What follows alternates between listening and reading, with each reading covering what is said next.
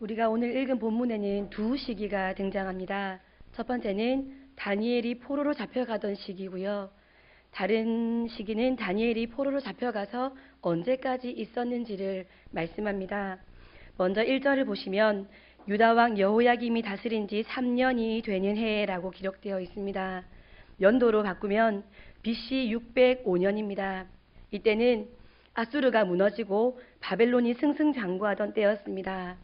당시에 근근히 바벨론을 대적하던 유일한 제국이 애굽이었는데 이 애굽도 갈그미스 전투에서 바벨론에게 패하게 되면서 패권이 바벨론으로 완전히 넘어간 시기가 바로 605년 여호야김 3년입니다.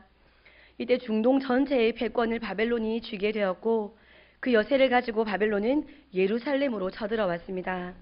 예루살렘은 갈그미스 전투의 무시무시한 이야기를 듣고 이미 겁에 질려서 바벨론과 싸움 한번 해보지 않고 항복하게 되는데 이것이 바로 여호야김 3년에 일어난 사건입니다. 이때 이스라엘에서 바벨론으로 처음 포로가 잡혀가게 됩니다. 우리가 잘 아는 다니엘과 하나냐, 미사엘, 아사랴가 이때 포로로 잡혀가게 되었습니다. 당시 왕이었던 여호야김은 지혜로운 왕이 아니었습니다. 너무나 위대하고 훌륭한 요시야 왕의 맏아들이지만 당시의 사람들은 요시야 왕의 장남인 여호야김을 왕으로 세우지 않고 그의 동생인 여호아하스를 왕으로 추대합니다. 동생이 먼저 왕으로 세워질 만큼 형인 여호야김은 썩 왕이 될 만한 자질을 가지지 못했고 백성들에게 인정을 받지도 못한 사람이었습니다. 이후에 여호아하스가 짧은 통치를 하고 물러가게 되고 여호야김이 왕으로 세워지는데 그가 통치한 11년 동안 그는 나쁜 짓을 많이 했습니다.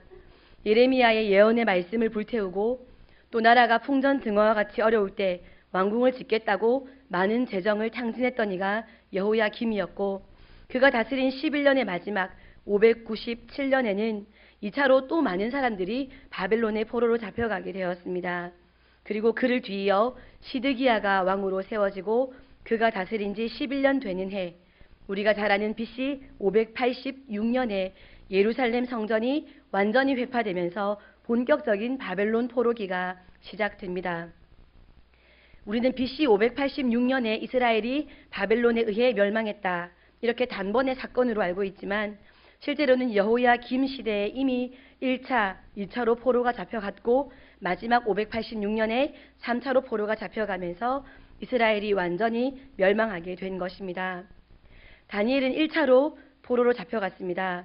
나라가 너무 힘이 없어서 하나님의 나라임에도 불구하고 지도자가 하나님을 향한 신앙이 없어서 무능하고 무지해서 싸워보지도 않고 그냥 그렇게 대국에 포로로 끌려갈 수밖에 없는 풍전등화와 같은 나라의 모습을 바라보면서 끌려갔던 소년이 다니엘이었습니다. 다니엘은 이렇게 자신의 의지가 아니라 약자의 입장으로 바벨론으로 끌려갔습니다. 1차 포로로 끌려갔던 이때의 사람들은 노예로 쓰거나 종으로 쓰기 위해서 혹은 노동력을 위해서 끌려갔던 사람들이 아니었습니다.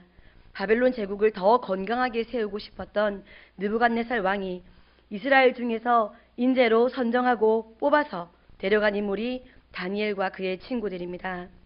다니엘은 출중한 재능과 외모도 탁월한 인물이었습니다. 황제는 그들을 인재로 키우기 위해 스카웃했기 때문에 그들에게는 특별한 대우를 해주었습니다. 먼저는 그들의 이름을 바꾸어 주었습니다. 약소국의 백성이고 종과 같은 존재이지만 대국 바벨론의 사람으로 인정해 주겠다는 뜻입니다. 대단한 대우입니다. 성이 없는 종에게 성을 붙여주는 것 같고 이름 없는 사람에게 이름을 지어주는 것과 같은 의미였습니다. 다니엘과 세 친구의 이름을 간단히 보시면 이렇습니다. 다니엘, 하나냐, 미사엘, 아사랴. 다니엘과 미사엘 할 때 이름 끝자 엘은 엘로힘의 약자입니다. 전능하신 하나님, 천지와 만물의 통치자이신 하나님이라는 뜻을 가지고 있는 것입니다. 그리고 하나냐, 아사랴 할 때 그 이름의 마지막 단어인 야라는 것은 야훼라는 말입니다. 그것은 하나님의 다른 이름, 야훼를 이름에 가지고 있다는 것입니다. 이 네 사람 이름의 공통점은 하나님 신앙, 여호와 신앙을 그들의 이름에 가지고 있다는 것입니다. 바벨론은 이 네 사람을 데리고 가서 이름을 바꾸어 주는데 다니엘은 벨드사살이라고 이름을 바꿉니다. 이 벨은 바벨론 신 중에 가장 높은 신인 마르둑의 이름입니다. 바벨론 마지막 임금이었던 벨사살의 이름에 벨도 이 마르둑의 이름이 들어갔습니다. 그리고 사드락, 메삭 할 때 들어갔던 맨 마지막 글자 악은 아쿠라는 달신의 이름입니다. 그리고 아벤느고는 느고의 아들이라는 뜻인데 이 느고는 마르둑 신의 아들의 이름입니다. 느고. 정의하자면 하나님은 나의 재판장이다 하는 이름의 뜻을 가진 다니엘의 이름을 벨드사살, 벨이여 그의 생명을 지켜 주옵소서라고 바꾸었다는 말입니다. 하나냐, 하나님은 자비로우시다 하는 이름의 뜻을 가진 하나냐의 이름을 사드락, 달의 신 아쿠의 명령으로 이름을 바꾸었습니다. 미사엘, 하나님 같은 분이 어디 있으랴 하는 이름을 메삭, 아쿠 같은 신이 어디 있으랴 라고 바꾸었습니다. 아사랴, 하나님은 도와주신다 하는 이름의 뜻을 아벤느고, 느고의 아들, 이렇게 그들의 이름을 바꾸었습니다. 여호와에 대한 신앙 고백을 가지고 있던 이 네 사람의 이름을 전부 바벨론 신의 이름으로 바꾸어서 뼛속 깊이 새겨진 여호와 신앙을 버리고 바벨론의 신앙을 가진 진정한 바벨론의 사람, 바벨론의 일꾼으로 키우고 싶어 했던 느부갓네살 왕의 마음이 보입니다. 이름이 불려지는 것은 나의 존재의 의미를 하루에도 몇 번씩 각인시키는 것입니다. 저희 아이들의 이름에는 모두 기쁘다, 즐겁다라는 이름의 뜻이 들어 있습니다. 기쁠 태를 사용했습니다. 즐거울 담, 즐거울 유, 기쁠 이, 이렇게 이름을 지었습니다. 왜냐하면 그 아이들의 평생이 하나님의 기쁨이 되고 또 하나님으로 인해서 기뻐하고 많은 사람이 그들의 삶을 보면서 기뻐했으면 좋겠다 하는 마음이 있어서 그렇게 이름을 지어준 것입니다. 이 아이들은 그 이름을 자기 이름이 불릴 때마다 내가 어떤 존재인지 나는 하나님을 기쁘시게 해야 될 사람이다 라는 생각을 가지면서 이름을 듣게 될 것입니다. 오늘 목사님께서 11시 또 대예배 시간에 말씀하시지 않으셨습니까? 두기고의 이름의 뜻이 뭐였지요? 유쾌. 그렇게 이름에는 그 사람에게 기대하는 존재의 가치가 담겨 있습니다. 그런데 이들은 그 존재의 의미가 바뀌어졌다는 것입니다. 이제는 벨에게 속한 훌륭한 사람이 되라는 소리를 매일 10번 이상 수없이 듣게 되는 것입니다. 청소년 시기입니다. 가치관이 세워지는 때입니다. 정체성이 세워지는 때입니다. 바벨론은 충분히 영향력이 큰 정책을 쓴 것입니다. 그럼에도 불구하고 이들 네 어린 친구는 자신들의 하나님을 향한 신앙에 단 1도 타협이 없었습니다.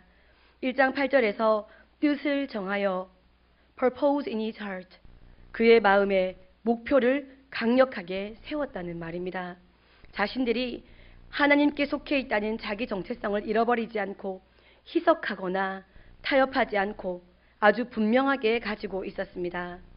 왕이 주는 모든 은총과 혜택, 부요와 풍성에 익숙해지면, 내가 그 문화에 익숙해져 버리면, 길들여지면 자신들의 마음이 무너질 것을 알고 처음부터 왕이 주는 진미를 먹지 않고 채소를 먹기로 결심하고 왕궁의 풍요와 부요를 절제하고 내려놓고 내 마음이 허락하기만 하면 누릴 수 있는 바벨론이라는 대국의 지도자 자리를 꿈꾸지 않고 왕에게 어떻게 보이느냐에 따라 왕에게 어떻게 보이는지를 마음 욕심을 가진 것이 아니라 하나님에게 어떻게 보이겠는지 하나님 앞에서만 충성하는 삶을 살기로 결심하며 살았다는 것입니다.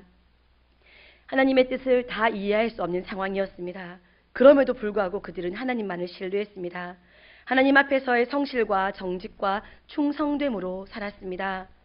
그러한 하나님 앞에서의 삶, 하나님께 속한 자의 충성된 삶이 다니엘서 전체에서 반복되어 증명됩니다. 불복종하여 죽게 될지라도 왕의 진미를 먹지 않았습니다. 풀무불 속에 들어갈지라도 하나님을 향한 충성을 포기하지 않았습니다. 사자굴에 던져지더라도 하나님을 향한 신앙을 포기하지 않았습니다. 그래서 하나님은 그들을 살리셨습니다. 살리기만 하신 것이 아니라 비교할 자가 없는 삶을 살게 해주셨습니다. 이후에 다니엘서 9장에 가면 예레미야 선지자에게 70년이 지나면 여호와께서 그 백성을 다시 회복시키시겠다라는 약속의 말씀을 하셨다는 것을 깨닫게 되고 그 약속을 붙잡고 다니엘이 기도하는 모습을 보게 됩니다. 이런 놀라운 하나님의 계획도 책을 읽다가 성경을 보다가 스스로 깨달아 알게 해주셨습니다. 알기만 한 것이 아니라 마음에서 그것이 나의 소원이 되어서 그것을 기도하며 꿈꾸며 살아가는 사람이 다니엘이었습니다. 다니엘은 이름이 바뀌게 되는 상황에 저항하지는 못했지만 바벨론 시대 문화 속에서 살 수밖에 없었지만 그들의 교육을 받으며 살아야 했지만 하나님을 향한 충성에는 타협이 없었습니다. 자기가 누구에게 속한 사람인지에 대한 정체성에 흔들림이 없었습니다. 정체성이라는 말의 뜻은 변하지 아니하는 존재의 본질을 깨닫는 성질입니다. 변하지 않아야 정체성입니다. 오늘날 그리스도인들은 신앙 정체성이 너무 강하게 흔들리고 있습니다. 나는 약하지만 승리의 예수 그리스도의 이름이 내 안에 있기 때문에 예수 그리스도의 능력이 내 안에서 역사하도록 나를 내어드리기 위해서 몸부림을 치며 살아야 하는데 몸부림에 몸자도 채 쳐보기도 전에 피 흘리기까지 싸워보기 위해서 몸부림을 치기도 전에 이미 우리의 마음에 적당한 신앙생활, 타협하는 것, 절충하는 것, 그것이 마치 내 존재가 죄인이라는 것을 잘 알고 있는 겸손인 것처럼 그것이 하나님에게 내 인생을 맡긴 겸손한 모습인 것처럼 먼저부터 타협해버린 그리스도인들이 너무나 많습니다. 죄와 싸우고 세상 문화에 길들여지기를 거절한 그리스도인이어야 하는데 애초부터 미리 포기한 이들이 많습니다. 결심을 하고 노력을 하고 애를 쓰고 몸부림을 쳐도 우리의 약함이 우리의 죄성이 드러나질 수밖에 없는 순간이 얼마나 많은데 그래서 그 순간마다 마음이 아프고 하나님 앞에서 고개를 들지 못할 그런 순간들이 얼마나 많은데 싸워보기도 전에 나는 질 수밖에 없는 죄인이라는 보호막 속에 들어가서 자신의 신앙 정체성을 잃어버린 싸워보지도 않는 그런 그리스도인들의 모습을 오늘날 너무나 많이 보게 됩니다. 말모이라는 영화를 봤습니다. 상당수의 사람들은 이름을 바꾸라는 요구에 이름을 바꾸었습니다. 그것이 무슨 큰 문제인가 생각했을 것입니다. 그러나 그것이 큰 문제가 아니라면 일본이 사람을 죽여가면서까지 이름을 바꾸게 했을 리가 없습니다. 어쨌든 그렇게 그냥 이름만 바꾸면 되는 거다. 나같이 무능한 사람이 나 한 명이 어떻게 일본이라는 나라와 싸워 이기겠는가. 그냥 이름 바꾸면 되지. 그런다고 내가 한국인이라는 게 바뀌나 하는 마음으로 이름을 바꾸었을 것입니다. 그러나 그런 때에도 이름을 바꾸지 않겠다고 몸부림을 친 사람들이 있었습니다. 상당수의 사람들이 일본어로 대화를 했습니다. 일본 말을 사용했습니다. 그렇게 한다고 대한민국의 말을 잃어버리는 것이 아니라고 생각했습니다. 자기는 일본어, 한국말 둘 다 쓸 수 있기 때문입니다. 일본인들이 볼 때에는 일본말 쓰고 또 집에서는 한국말 쓰면 되지. 그 정도의 타협은 큰 문제가 안 된다라고 생각했을 것입니다. 그러나 그때에도 이렇게 가다가는 대한민국의 말은 사라지게 될 것이고 우리의 정체성이 옅어지게 될 것이고 우리가 결국은 일본의 다스림에 안주하며 살다가 대한민국이라는 나라를 마음에서부터 완전히 잃어버리게 될 것이다. 그것을 생각했던 사람들, 그래서 그 정체성을 지키기 위해서 싸웠던 사람들이 있었습니다. 그들이 아니었다면 대한민국은 다시 이렇게 일어날 수 없었을 것입니다. 다니엘과 그의 친구들은 이런 사람이었습니다. 그들의 이름에 여호와, 야훼라는 글자는 사라졌지만 그들의 정체성 안에는 하나님이 살아 계셨습니다. 단 1도 타협하지 않기 위해 몸부림을 쳤습니다. 내가 안주해 버릴까 봐. 다른 누군가의 강압이 아니라 부모님의 잔소리가 아니라 목사님의 훈계가 아니라 나 스스로 나를 쳐서 복종시켰습니다. 사랑하는 성도 여러분, 불가능한 일이 아닙니다. 다니엘처럼 살지는 못해도 다니엘처럼 뜻을 정할 수는 있습니다. 성경 말씀이 소설이 아니라 진리라는 것을 믿으십니까? 하나님께서 우리에게 왜 이 말씀을 주시겠습니까? 너희도 마음으로 뜻을 정하여 그리스도인의 참된 정체성, 신앙 정체성을 가지고 너희들의 삶을 살아가라고 오늘 우리에게 이 말씀을 주시는 것입니다. 다니엘과 같은 아주 특별한 사람만 할 수 있는 것이 아닙니다. 우리가 그 정체성을 가지고 있어야 싸움의 현장에서 싸워보겠다는 그런 마음이라도 생길 수 있다는 것을 기억하시면서 나의 신앙 정체성을 굳건하게 세우시는 우리 새벽교회 성도님들 되시기를 소원합니다. 이렇게 신앙 정체성에 흔들림이 없었던 굳건했던 그들이 어떤 사람이 되었는지 다니엘서에서 수없이 말씀하십니다. 그들은 승리자의 자리에 서 있었습니다. 오늘 등장하는 두 번째 시기가 그 대표적인 예입니다. 이제 본문에 등장하는 또 다른 시기를 하나 보겠습니다. 1장 21절입니다. 다 함께 읽겠습니다. 1장 21절입니다. 시작. 아멘. 너무나 굴곡 많은 인생, 너무나 큰 변화를 경험한 인생, 10대의 어린 나이에 이방 땅에 끌려와서 온갖 유혹과 고난 중에 믿음을 지킨 다니엘은 페르시아 왕 고레스 원년까지 살았습니다. 이 고레스 왕 원년이 언제일까요? 우리 다 함께 에스라서 1장 1절에서 3절까지 찾아 읽겠습니다. 구약성경 711페이지입니다. 구약성경 711페이지입니다.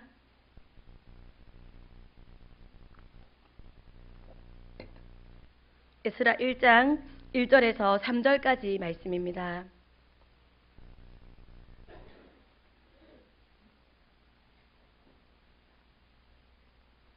다 함께 봉독하시겠습니다. 시작. 바사왕 고레스 원년에 여호와께서 예레미야의 입을 통하여 하신 말씀을 이루게 하시려고 바사왕 고레스의 마음을 감동시키심에 그가 온 나라에 공포도 하고 조서도 내려 이르되 바사왕 고레스는 말하노니 하늘의 하나님 여호와께서 세상 모든 나라를 내게 주셨고 나에게 명령하사 유다 예루살렘에 성전을 건축하라 하셨나니 이스라엘의 하나님은 참 신이시라. 너희 중에 그의 백성 된 자는 다 유다 예루살렘으로 올라가서 이스라엘의 하나님 여호와의 성전을 건축하라. 그는 예루살렘에 계신 하나님이시라. 아멘. 고레스 원년은 약속의 백성이 언약의 땅으로 돌아가는 시간입니다. 사랑하는 여러분, 다니엘은 아주 오래 살았습니다. 왕이 바뀌고 제국이 바뀌어도 모든 이들이 다니엘과 함께 정치를 하고 싶었습니다. 다니엘과 함께 생을 보내고 싶어 했습니다. 그렇게 사랑과 인정을 받으며 오래오래 살았습니다. 그런데 그뿐만이 아닙니다. 그냥 그렇게 정치만 하면서 오래 산 것이 아니었다는 것이 중요합니다. 수많은 유혹과 어려움, 고난과 아픔을 겪었지만 우리가 인생 중에 한 번이라도 경험하기 어려운 경험, 강력한 왕이 세워지고 또 죽고 다른 왕이 세워지고 또 죽고 대국이 세워지고 대국이 무너지고 또 다른 대국이 일어나는 그런 경험을 하면서 그는 자신이 다니엘서 9장에서 기도했던 것처럼 고레스 원년에 언약 백성들에게 약속되어 있던 그 언약이 성취되는 것을 보는 데에까지 이르렀다는 것이 중요합니다. 글로 알게 된 하나님의 약속이 나에게 소망이 되어 기도하며 기다렸는데 하나님의 약속의 성취가 그 놀라운 역사가 내 눈앞에서 일어나는 감격을 경험하게 되었다는 것입니다. 다니엘서의 시작은 어린 나이에 죽을 것 같이 큰 두려운 변화를 겪은 다니엘의 모습에서 시작되지만 다니엘서가 마칠 때 그가 인생을 마무리할 때는 고레스 왕의 원년이 되었습니다.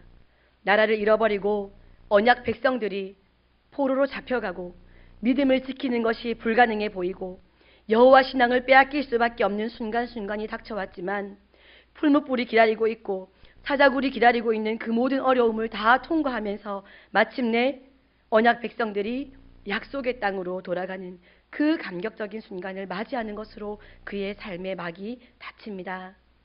사랑하는 새벽교회 성도 여러분, 우리의 삶에도 교회의 사역에도 큰 변화가 있습니다. 내 의지와 내 뜻과 내 바람과 상관없는 현실이 펼쳐질 수 있습니다. 그리고 그 모든 상황에 하나님의 뜻을 깨달아 알 수 없는 그러한 답답함도 경험할 수 있습니다. 그러나 그 어떤 삶의 순간을 경험하게 되든지 그것이 유혹이든 핍박이든 훈련이든 모든 순간에 우리의 신실한 믿음의 정체성이 쇠하여지지 않고 변질되지 않고 충성스러움이 변하지 않는다면 우리에게 허락된 그 순간이 다 지나간 후에 우리는 보게 될 것입니다. 다니엘이 70년 후에 회복을 위하여 기도했던 것이 성취되는 것을 보았던 것처럼 우리가 기도하며 소원했던 것들이 하나님께서 우리 마음에 소망으로 주신 것들이 이루어지는 것들을 보게 될 것입니다. 오늘 헌신 예배로 드리시는 이 남선교회를 축복합니다. 다니엘과 같은 인생의 마무리를 지으시는 그런 복된 삶을 사시기를 소원합니다. 삶의 현장에서, 가정에서, 교회에서 앞장서 가시는 우리 이남선교회 회원들께서 어떤 시련 앞에서도, 유혹 앞에서도, 어떤 아픔을 경험하게 된다 할지라도 신앙 정체성에 흔들림이 없이 든든히 앞장서 가주시기를 바랍니다. 다니엘과 같은 삶의 마무리를 신앙의 후배들에게 자자손손 보여주시며 살아가시기를 소원합니다. 성경에서 글로 만나는 신앙 선배 다니엘, 그분의 영향력을 넘어서 살아있는 선한 영향력을 보여주시는 우리 이 남선교회 회원들 되시기를 소원합니다. 다니엘의 이름이 기록되었던 시작은 아픔이었지만 인생을 마무리하는 때에는 신실한 말씀의 성취, 회복과 영광이었던 것처럼 우리 모두의 삶도 다니엘의 인생과 같이 복된 생이 되시기를 축복합니다. 기도하겠습니다.